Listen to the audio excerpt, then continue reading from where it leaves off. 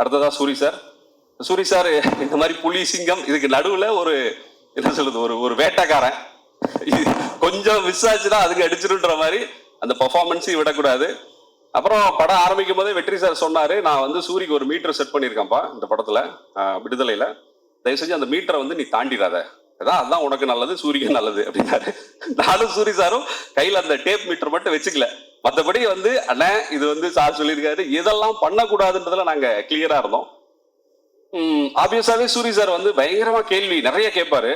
அது வந்து பல சமயங்கள்ல நமக்கு வந்து ஹெல்ப்ஃபுல்லா இருக்கும். சில சமயங்கள்ல ஒரு டைரக்டர் வந்து எப்படியே டவுட்டோட தான் படம் எடுப்பான், இது வந்து நல்லா வருமா வராதா, அந்த பயத்துலதான் நம்ம செட்ல இருப்போம், சுத்தி 300 பேருக்கு இன்ஸ்ட்ரக்ஷன் கொடுத்துக்கிட்டு. அதுக்கு நடுவில் சூரி சார் வந்து நிப்பாரு, அண்ணா பயமா இருக்கா அப்படின்ற மாதிரியே கேள்வி கேட்பாரு. நமக்கு வந்து இது என்ன சொல்றதுன்னு தெரியாது.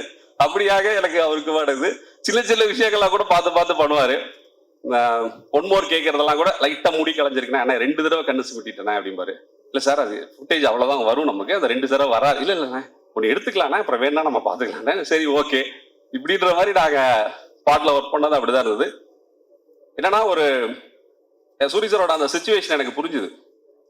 ஒரு கண்ணாடி பாட்டில்ல ஒரு தங்க மீனை வச்சுக்கிட்டு ஒருத்தன் ஓட்டப்பந்தயத்துல ஓடணும்னா எந்த கவனத்தோடையும் எவ்வளவு வேகமா ஓடணும்ன்ற அந்த மாதிரி ஒரு ரெண்டும் மிக்ஸ் பண்ண மாதிரியான ஒரு மோட்ல தான் அவர் இருந்தாரு இந்த படத்துல. ஒரு பாயிண்ட்ல நம்ம ஸ்பாட்ல தான் நாங்க எல்லாமே எடிட் பண்ணோம். எடிட் பண்ணி மியூசிக் பண்ணி நாங்க அங்கேயே பார்ப்போம். அப்படி பாக்குற டைம்ல எல்லாம் ஒரு சில சீக்வன்ஸ் நல்லா வந்திருக்கும்.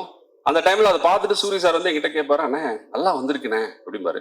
நல்லா வந்திருக்குனேனா நல்லா வந்திருக்குன்னு சொன்னா நம்ம தேங்க்ஸ் சொல்லலாம், நல்லா வந்திருக்குனேன்னு ஒரு கொஸ்டின் மார்க் போட்டுருவாரு. உடனே யோசிச்சு என்ன சொல்றது தெரியாம, ஆமா சார் அதான் எனக்கும் புரியல அப்படிம்பேன்.